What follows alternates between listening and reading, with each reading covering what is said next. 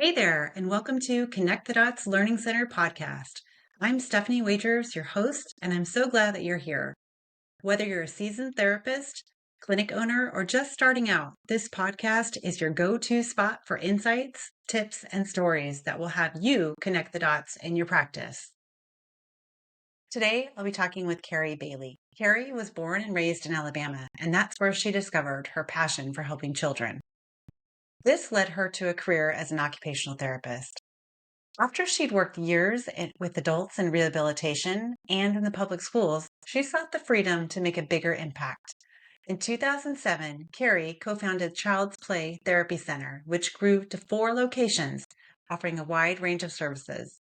In 2020, she sold her thriving practice, continuing to lead as an executive director. Now, as a proud BB to twin granddaughters, Kerri is dedicated to helping practice owners achieve their dreams of practice freedom. Let's explore her inspiring journey and insights she has to share.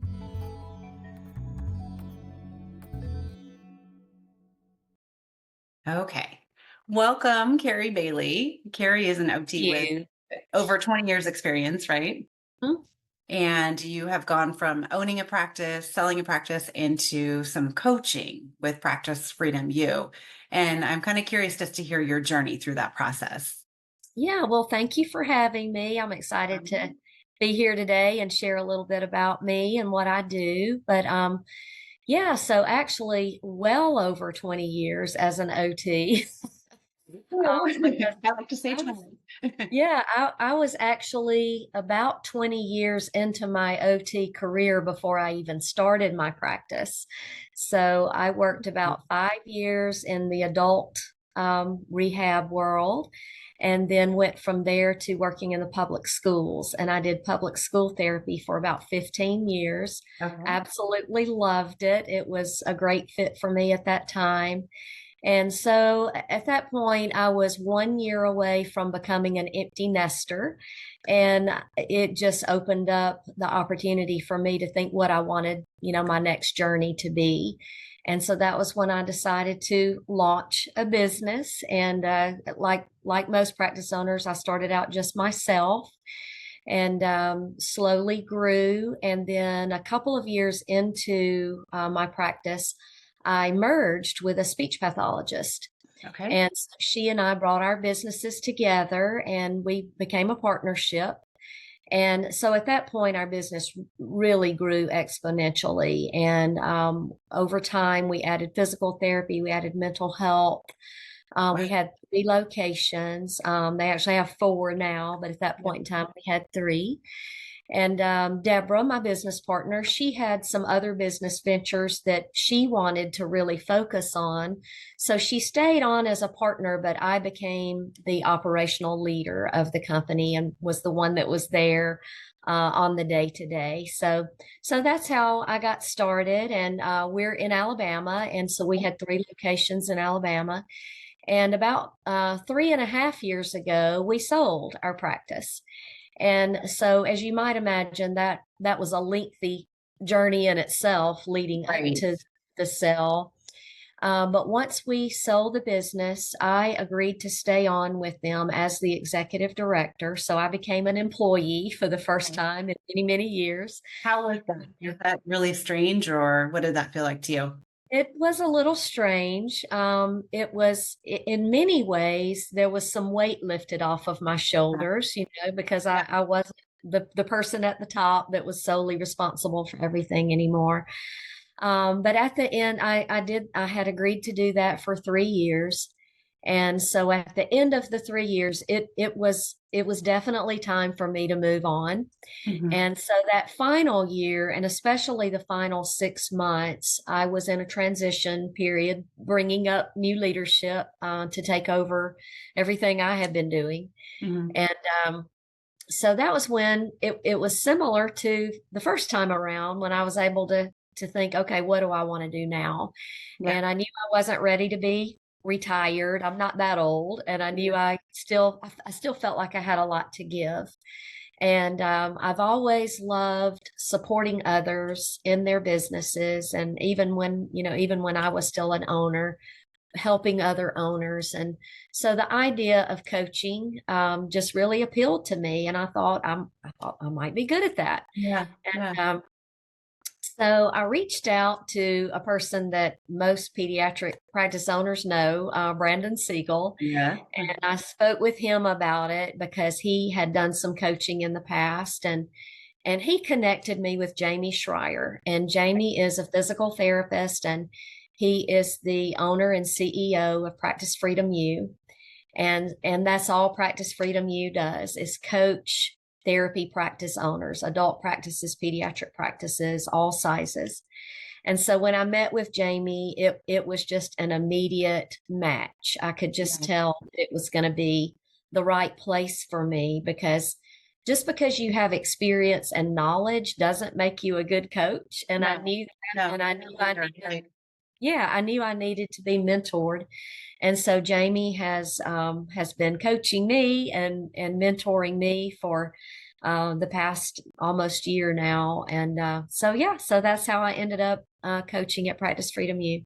Okay. I want to backtrack just a little bit. How long did you own your private practice before you merged with the speech therapist?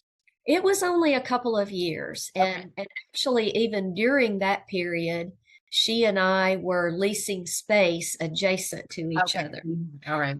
So we were already referring clients to each other. We started sharing a waiting room. We started sharing a receptionist. And so it just kind of became the obvious thing that we needed to do. Mhm. And then once you came together, how long did you guys work together and kind of build the practice before you sold it? So then that would probably be around 17 years. Yeah. Wow. Okay. Wow. And That's a lot of partnerships don't go well and don't end great. well. And Yeah. ours did. We had a good relationship. We're still great friends. And Mhm. so, a success story for partnership. Mhm.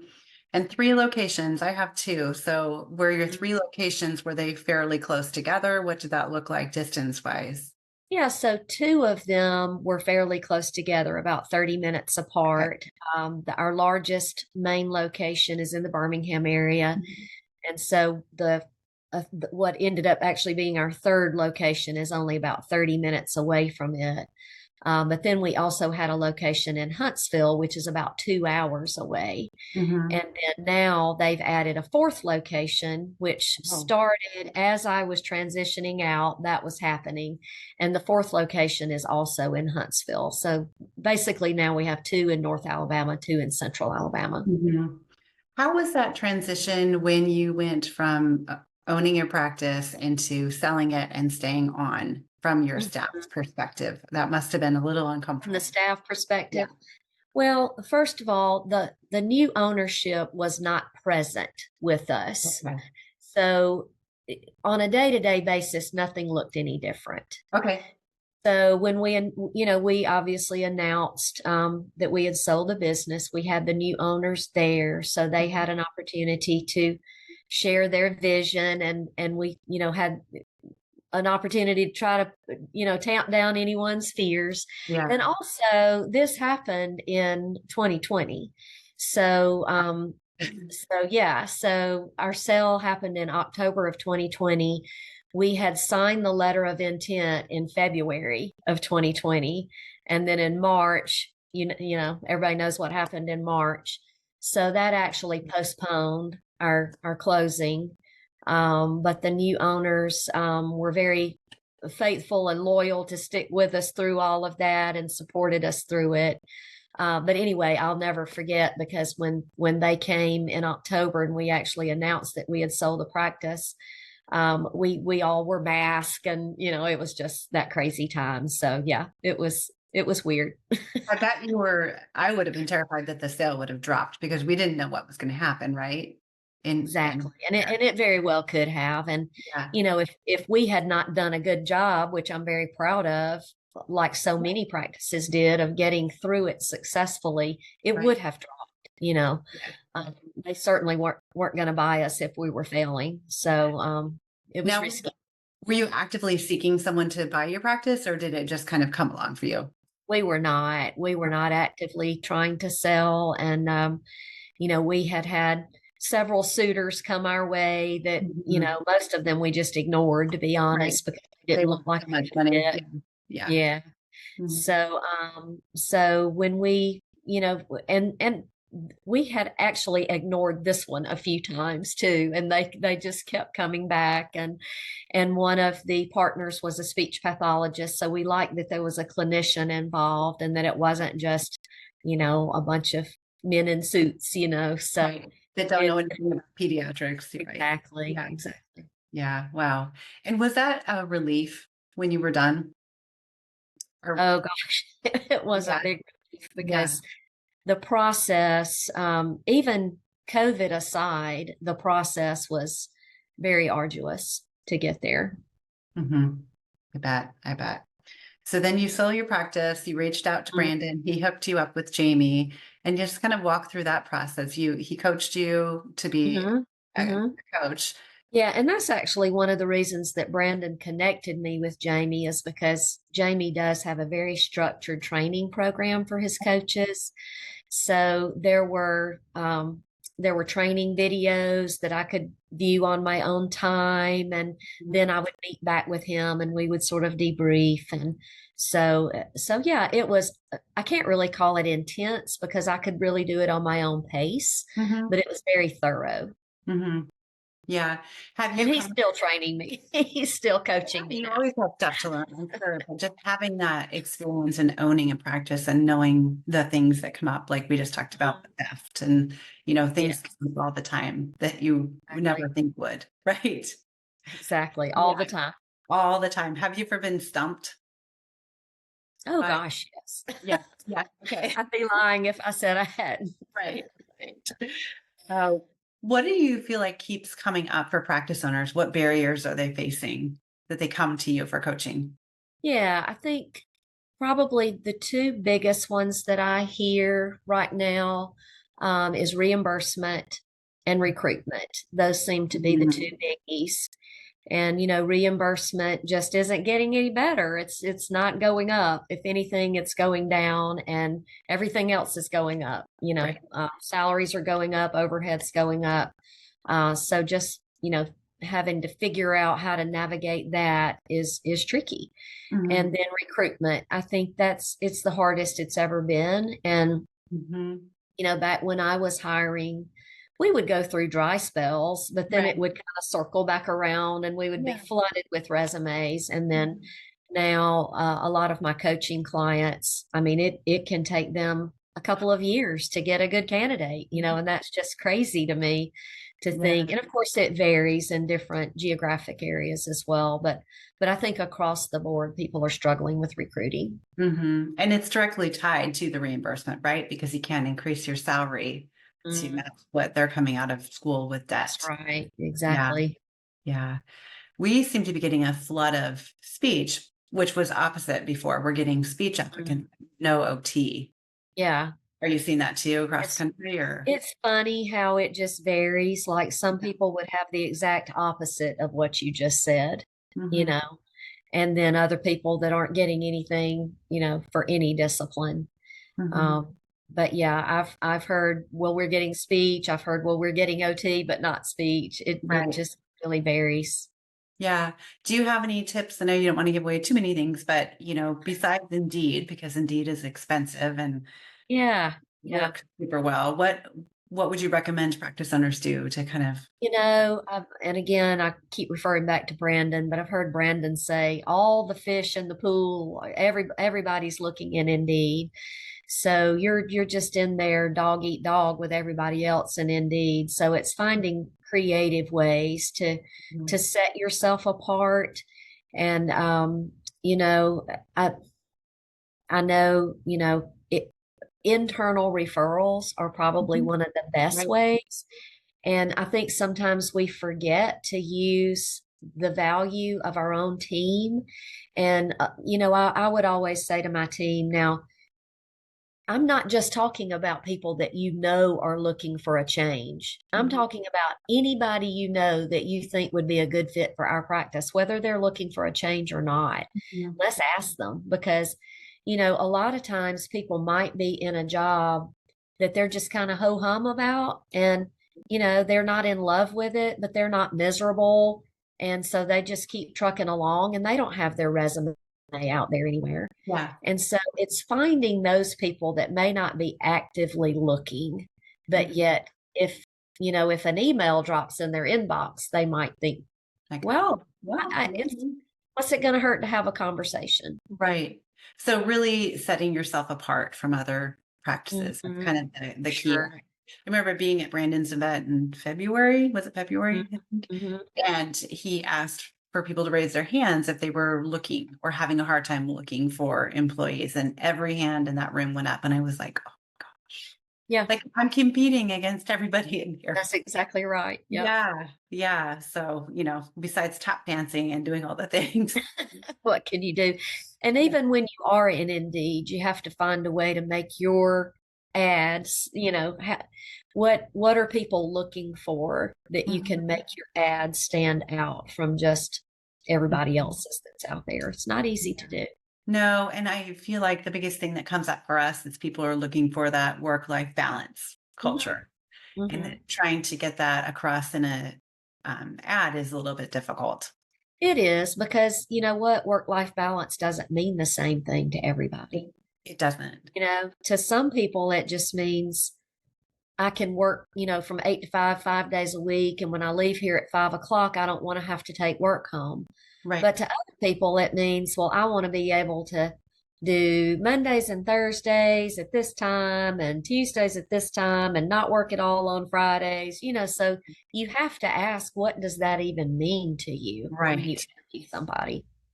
I'm finding is along those lines that work-life balance also means that the stress of work doesn't carry over into non-work time. And Mm-hmm. being a pediatric provider is pretty stressful. It can It be. is. Yep. Yeah. Yeah. It's Do you have hard any, not to take some of those family issues home with you that you're right? dealing with. It's heavy at times. Yeah. I know you're really big on kind of screening or providing kind of questionnaires to staff. How in an interview can you kind of tease that out if they're going to be a person that's really going to take that on and be stressed and not feel good about coming to work? Yeah, that's a tricky thing, but I think you just have to ask them directly how, especially if they're experienced. Hmm. How have you dealt with that in the past? And Hmm. especially if you have families that have dealt with a lot of trauma, what are the ways that you relax? What are the ways that you take care of your own mental health? Hmm. And if they don't really have any ways, well, that's going to be a problem. Hmm. Or maybe you might find out in the interview if they're not as experienced that they don't even realize that this could be an issue, you know. Right. And so Right. preparing them for that in Yeah. advance, that you're going to need ways to take care of your own mental health in this Yeah. job. Yeah. We almost try and not like undersell the job, like this is going to happen. This is going to happen. That's exactly right. Yeah, Yeah. give them the worst case Right. scenario. And if you still want to be there at the end, okay, then we can talk. That's a tidbit thrown up. Can't sugarcoat it. Right. You just never know what's going to happen. Oh my goodness. Okay. So kind of thinking about um, leadership and coaching, um, what seems to be a key focus in your coaching for practice owners? Yeah. So as far as leadership goes, I think, some of my clients, they really struggle with like wearing that CEO hat. Mhm. Most of us as therapists, and I know I can say this about myself personally, we're people pleasers. Right. And we want everybody to be happy with us all the time. And we want our families and clients to all be happy. We want our staff to all be happy. And so, kind of sometimes knowing that you've got to have difficult conversations, um, none of us like that. It's not No. fun to do, but as a leader and leading a business, it's going to happen. So just get okay with it and know Mhm. that you're going to have them and learn how to lead with empathy and grace, but at the same time, you're the authority and you've got to Mhm. make the decision that's in the best interest of your company. Mhm. So kind of, coaching up my clients to empower them to be that person, Yeah. that that can have those hard conversations. Hmm. It's tricky too, but because it seems like, you own a practice and it's really small. And so you're buddy buddy with your Mhm. coworkers, and then it Mhm. grows and grows and grows, and that it can create a lot of tension because you have to pull back a little bit. Exactly. Yeah. Exactly. The buddy has to kind of phase out. And that's one of the reasons that I love being a coach is because practice owners can be very lonely people, you know? Yes. And actually, the bigger and more successful your practice is, the lonelier it becomes. Mm. And so you really need somebody that you can share with and trust. Your spouse doesn't want to hear it. And most of these things you can't talk to your team about. No. And so having that person that you really can open up to, have confidence in, get some wisdom and guidance. But sometimes Mhm. it's just, I need to tell you about what happened today. Right. Yeah, it is very lonely. I will definitely agree with that. You're kind of an outsider looking in at your team. That's right. Yeah. Yep. And then like, oh, I created this, but I'm not a part of it in a way. I mean, Mhm. you're part, you know what I mean? Yeah. And the more successful you become, the harder it even is to find peers that can Yeah. understand you. Hmm. What do you recommend for that? What should somebody do when they're in that situation? Yeah, So their practice is going well. What would they yeah, do? I mean, obviously besides getting a coach would be one thing, Yeah. but I think getting involved in your professional organizations is a Mm-hmm. good way to find, even if they're in other states or, whatever, to find people who are your peers Mm-hmm. and try to develop relationships with them, somebody that you can call that has been through what you're going through. And so sometimes, your state and national or even pediatric Mm-hmm. specific organizations are places that you can find, somebody that you can connect to. Yeah. Yeah. We don't want to be lonely, right? No, it's not a good Right. place to be. No. Um, what qualities would you say these things need to be there if you're going to be a practice owner? Hmm. Yeah, I think kind of what I just said about understanding that you can't make everybody happy. That's one of them. Mhm. And, I kind of expounding on that, I remember when I got to the place where I really understood that myself and I had the boldness to say it to my team. And I remember vividly at a staff meeting saying, my number one job as the owner of this business is to keep this business healthy and growing and viable. It's not to keep you happy. And Mm. that was a hard thing to say, but I think it really helped people understand some of what I had to deal with every day. And kind of what prompted me to say that to them was that there was a psychology practice in town, a very large, what people kind of the go to psychology practice. That one day the employees showed up and there was just a sign on the door saying we've closed, and the employees didn't even know it. And Wow. so that was just kind of eye opening to me. And so I wanted to make sure my team knew that, that's really my number one role Mhm. is to keep this practice growing and healthy so that you know that you can show up every day and we can keep serving our community. So I think sometimes having the boldness to just let your staff know, be a little bit open and vulnerable with them. Mhm. Mhm. Not that you want them to pity you or think, oh my gosh, Kerri's got so much on her plate. It's not Right. that, but they, the typical therapist is so far removed from what you're doing as a business owner that sometimes you just have to be kind of open about that. Mhm. Speaking of like being open, how much do you suggest sharing with your team? Because sometimes I think, therapists think, oh, I'm working so hard and I should just get a raise. And how Mhm. much, statistically do you think you should share with your team? Well, I'm sure this response would vary, Yeah. depending on who you ask. When my business partner and I were running our practice, we didn't share much about financials because honestly, our team didn't want to hear that. Really? They Mhm. don't want to know, how much rent cost and how much our expenses. I mean, they really probably didn't even want to know what our profit is and all that. As long as they knew, that they had a good culture and a good place to come to work every day. We didn't think that they wanted that, and that would just be a burden on them.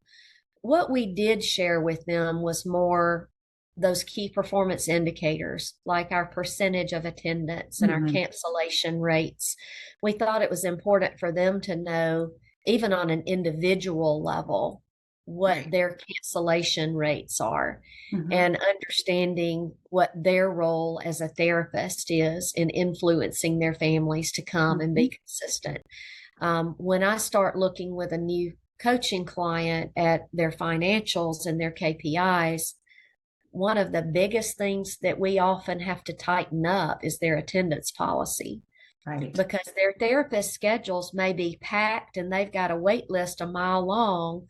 But then you look at their productivity and they're 50%, Wow. 55%. And, we're like, we've got to fix this. Mhm. So we would share with our team attendance numbers. We would share their productivity numbers with them. Mhm. Um, what else would we share? I guess those were probably the main things. Mhm. Did you share individually or as a group? Like, everybody knew each other's numbers or No, everybody didn't know. Like yeah. as a group, we would share like the clinic Mhm. numbers, but then Mhm. individually, we would share those one on one, or the supervisors would. And Yeah. I think, so many therapists don't understand. They would say, well, I don't have any control over who cancels. Yeah. Well, You you do. have so much influence over these families. They trust you. They're Yeah. listening to you. Mhm. And so just, coaching and training our staff from the very first day they meet a family on Mhm. the importance of consistency and the importance of rescheduling if they have to Mhm. cancel, and Mhm. so it's certainly not all on the therapist. It's a team effort, and the front desk has a role and all that, but it takes everyone. It It really does. does. It's a bigger problem in pediatrics than it is in adults. Yes. What I've noticed is it needs to be continually coached. You can't just say it one time and No. trust that it's going to happen. No. So realizing it's not that I'm not being effective, it's just that we just need to keep That's repeating. right. That's right. Yeah. And getting creative in the ways that we do it, right? Can you kind of share like a success story? Yeah. So, as I said, I haven't been doing this for years, so I don't Yeah. have a whole lot of background. But even in the short period of time I've done it, I've seen some really great progress from several of my clients, and so one that I can highlight. I started working with her early this year, and when she shared her financials with me in 2023, she had just barely broken even. Mhm. And she didn't even really realize that. Like Mhm. she had a bookkeeper or an accountant, I'm not sure which, that was sending her, her financials, her P&L, but they weren't explaining anything or reviewing it with her. So she didn't even really realize that she had just barely broken even in 2023. And then on top of that, she was treating full time. She was treating just like a full time therapist. So she was doing all of her owner work at night and on the weekends and just about killing herself. Mhm. So we started out by working with her schedule, starting to block off time for her, helping her transition some clients and not take any more. Yeah. And owners are so afraid to do this. They think, if I'm not treating and I'm paying somebody else to do it, how am I going to still make money? Well, her turnaround after that was just remarkable. So in Q1, she had about 10% profit, and in Q2, she had 26% profit. Wow. It's amazing. And that was with her treating less than she ever had. Uh-huh. So that was a really big success story, and she's rocking it. That's awesome. So let's talk a little bit through the practice freedom.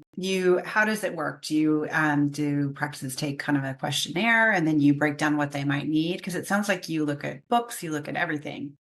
We do look at everything. Yeah. So I really take the first few calls with them, to really get to know them, to know what their dreams are for themselves, where they want to be personally. Like some people love to treat, some people want to stop treating or phase out. If they're a little bit older, how much longer do they want to keep going? All these questions. So finding out what they want personally and then what they want for their practice. Like, do they want to add more locations? Do they want to add school contracts? Or are they happy with the size they are now and they just want to be as healthy and profitable as they can be with their current size? So just getting to know them is the first step.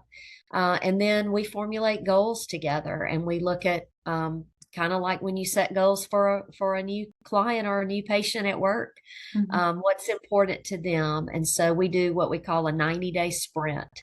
And so we say at the end of 90 days, what would make you just feel amazing if we could get it done in 90 days? And so we try not to set too many, sometimes even it's just one. And then we look at what are the barriers that you're going to need to overcome to achieve that. And then what do we need to do to overcome those barriers? So that's really kind of how we kick things off. Okay. And is it a contract for a year or what does that look like?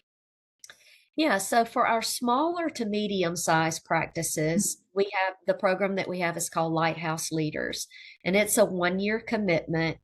And it's really important that the person is all in for a year. And of course, they usually decide to stay longer because they see how beneficial that it's been.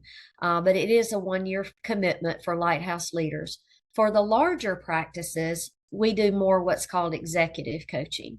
So it's a little bit different focus because obviously if you've got a practice that's 2 million in revenue, you've got completely different needs from somebody who's, 200,000-300,000 a year. So when you've reached that level of success, you don't need me to tell you the day-to-day how-tos. You've been there and done that. So the executive coaching is really a deeper level. It's not so much the how-tos as it is looking at you as a leader and what you want to achieve and getting you where you want to be. So the executive coaching is a 6-month commitment. Okay. So it's just a little bit different. Yeah. Yeah. And would you say that when people get into the coaching, there's going to be some turmoil, right? Because things are going to change and staff get uncomfortable, but that's a good sign, right? It is. And, people and change, it's always hard. It's always hard. But, that's one of the things that we talk about on our coaching calls is how to communicate this message in the most positive way possible. And then how to be prepared for the pushback and how you're going to deal with it when it does come. What do you wish you, like going through this coaching and all of this for you, what do you wish you would have known back when you were running your practice? Or do you think, oh, I wish I would have done that or done this differently? Yeah. I do wish that I had given more thought to how big I wanted to become. I didn't really think about that very much. And so I just got kind of caught up in it like a locomotive and it just sort of took off and it sort of had a life of its own. And I don't regret how we grew because we wanted to grow and meet needs. And I'm sort of a competitive person too. So it was always, I never wanted to turn anybody away. I wanted to keep growing and keep bringing people in. But I think the other thing, other than knowing how big I wanted to be, which I don't know that I could have answered that question, even if I'd known to ask myself. But realizing that you can't meet all the needs, I think that is huge. And so many of the clients that I work with, we have big hearts. That's why we became the profession that we're in, is because we're big-hearted people and we want to meet all the needs.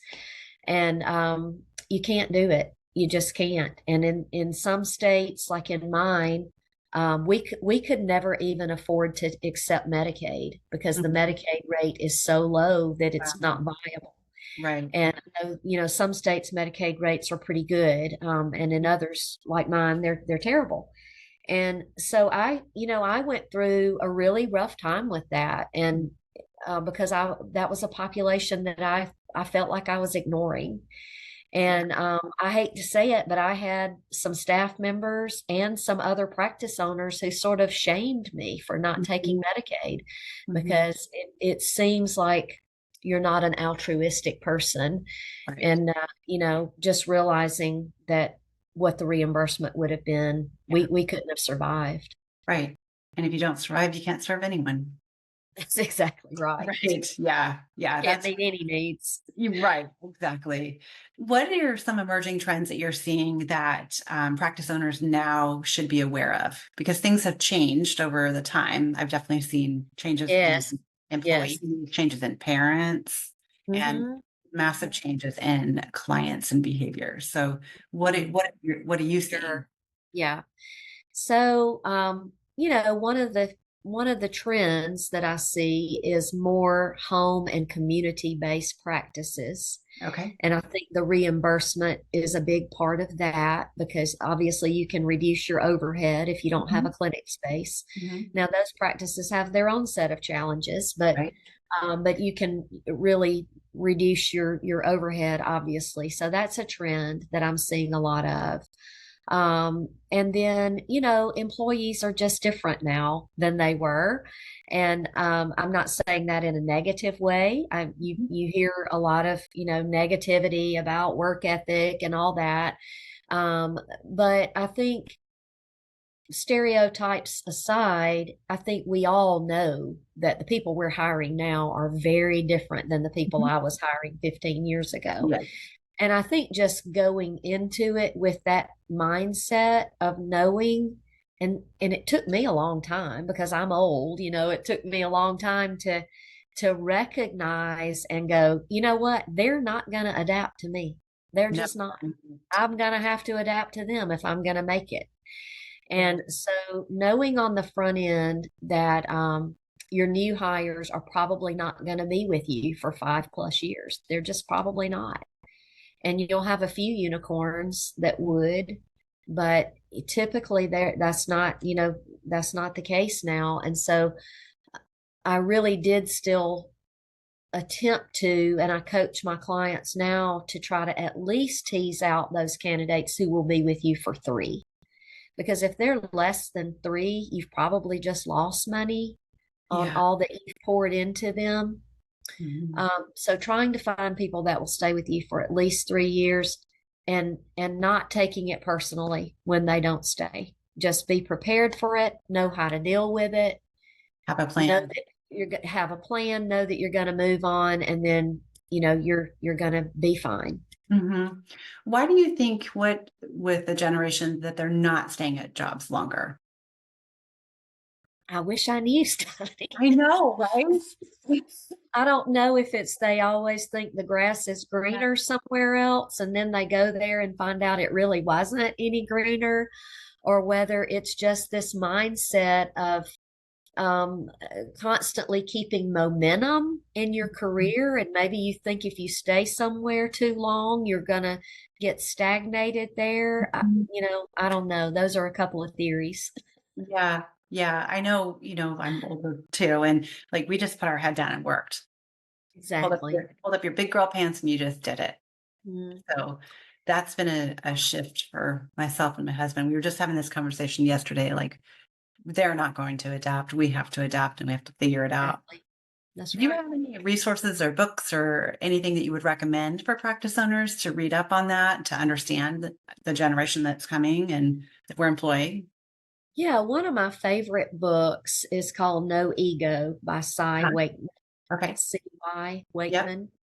And it really was very eye opening to me as I was trying to make this shift myself. So yeah, highly recommend that. And Cy has some other books that are excellent as well.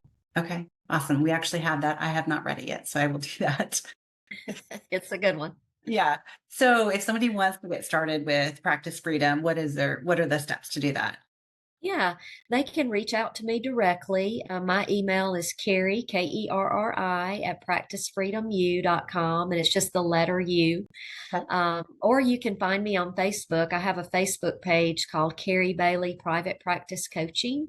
So if you search for that, you can find me there. And even if you're not interested in coaching, I hope you'll go follow the page because I try to put some good tips and strategies on there. And a lot of people reach out to me through Facebook Messenger, which is fine as well. Yeah, awesome. I'll put all this in the show notes as well. Anything I didn't ask that you want to kind of talk about? Well, I think just in general, if people are on the fence Mhm. about whether or not they would want to have a coach, if you are a small or medium-sized practice, really, what it boils down to me is three words, and those are clarity, accountability, and momentum.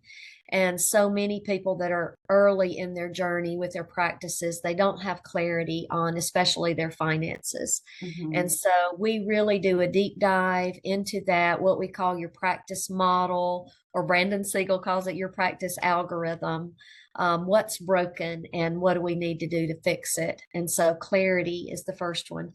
And then accountability. Sometimes, let's face it, you just need somebody to give you a little kind of kick in the Yeah, pants. yeah. And it's so easy for us as owners to get caught up in the day-to-day fires that are going on, and we need somebody to keep us accountable to our goals. And then momentum, keep moving forward and not flounder and not get distracted, and how we can keep our progress going with our goals. And then if you're a larger practice, we've kind of already covered that, but it's really about having that trusted person that you feel like you can that would understand you, has Right. been through what you've been through, and really kind of guide you as you move into your next phase of success. Mhm.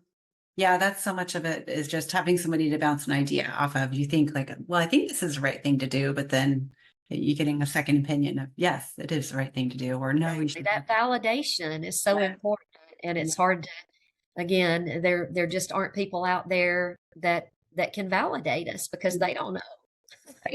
Right. Well, I love what you guys are doing. I love the messages that you guys did at Brandon's event. Thank Both of you you. are super Thank you. easy to approach and talk with. So, yeah, I And would both highly of us are recommend. going to be speaking separately at the upcoming Growth Code Okay. conference. So Awesome. we look forward to hopefully seeing some of you that are viewing the podcast there. Right. And I'll put the growth code in the show notes as well. Yeah. Well, thank you so much, Kerri. It was fantastic to talk with you. Thank you, Stephanie. I enjoyed it so much.